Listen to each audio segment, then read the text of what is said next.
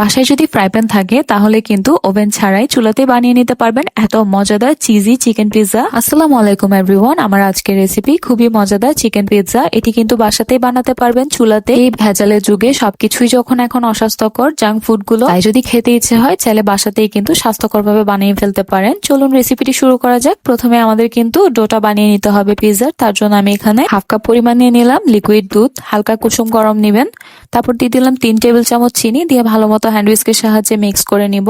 এভাবে আঙ্গুল দিয়ে চেক করে দেখবেন টেম্পারেচারটা একদম হালকা কুসুম হতে হবে। তারপরে আমি এখানে 1 চা চামচ ইস্ট দিয়ে দিলাম, দিয়ে ভালো মতো চামচ দিয়ে মিক্স করে কিছুক্ষণ রেস্টে রেখে দিলাম। যখন দেখবেন বাবল ক্রিয়েট হবে বুঝতে পারবেন যে ইস্ট অ্যাক্টিভ হয়েছে। তারপর 2 কাপ পরিমাণ ময়দা আমি অল্প অল্প করে অ্যাড করে একটা ডো বানিয়ে নিচ্ছি। তারপর কিন্তু এখানে আমি 2 টেবিল চামচ তেল অল্প অল্প করে দিয়ে হালকা হাতে মিক্স করে করে নিট করে নিতে হবে। ভালো মতো নিট করতে করতে দেখবেন ডোটা অনেক বেশি স্মুথ হয়ে গিয়েছে, হাতের সাথে একদম লেগে আসছে না।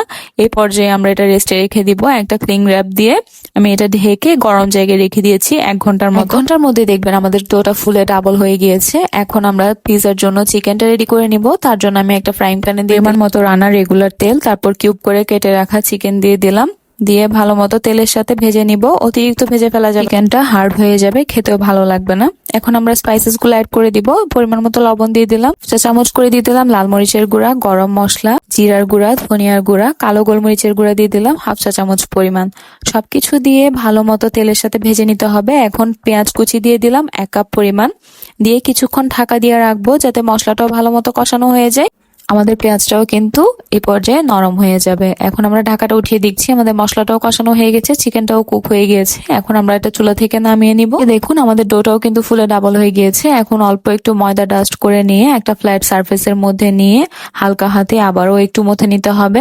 এখন পিৎজার জন্য একটা ডো নিয়ে তার মধ্যে ময়দা ডাস্ট করে হালকা হাতে রুটির মতো করে রাউন্ড শেপ করে বেলে নিব। হয়ে গেলে এখন আমরা এই রুটিটা একটা ফ্রাই প্যানের মধ্যে দিয়ে দিব, যেটার মধ্যে পিৎজাটা বানাবো তাতে দিয়ে দিবেন। তারপর একটা কাঁটা চামচ দিয়ে এভাবে একটু ছিদ্র করে নেবেন যাতে রুটিটা ফুলে না যায়। এখন এভাবে আমরা এটাকে 2-3 মিনিট মতো একটু কুক করে নিব। যেহেতু ফ্রাই প্যানেই বানাবো উপরের তাপটা কম লাগবে, তার কারণে এই কাজটা করবেন। তারপর উল্টিয়ে দিয়ে আমি পিৎজা সসটা দিয়ে দিচ্ছি। পিৎজা সসটা দেওয়া হয়ে গেলে তার মধ্যে আমরা যে চিকেনটা রেডি করে রেখেছিলাম সেটাও পরিমাণ মতো চারিদিকে ছড়িয়ে দিব।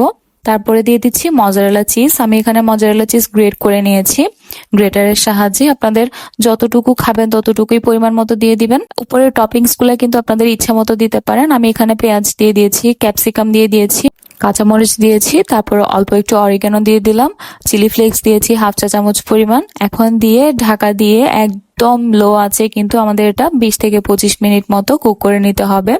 এর মধ্যে দেখবেন চিজটাও একদম মেল্ট হয়ে গিয়েছে, এটাও কিন্তু খুব সুন্দর মতো কুক হয়েছে। এখন আমরা একটা প্লেটের মধ্যে নিয়ে নিচ্ছি।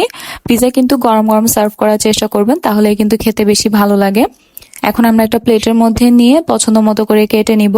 রেডি হয়ে গেল খুবই সহজেই আমাদের ফাস্টফুডের দোকান থেকে অনেক বেশি মজাদার চিকেন পিৎজা। দেখুন চিজটা কি পরিমাণ স্ট্রেচি হয়েছে। আমার রেসিপিটি যদি ভালো লাগে চ্যানেলটা সাবস্ক্রাইব করবেন, ভিডিওটিতে একটি লাইক দিবেন আর ভিডিওটি শেয়ার করবেন। আল্লাহ হাফেজ।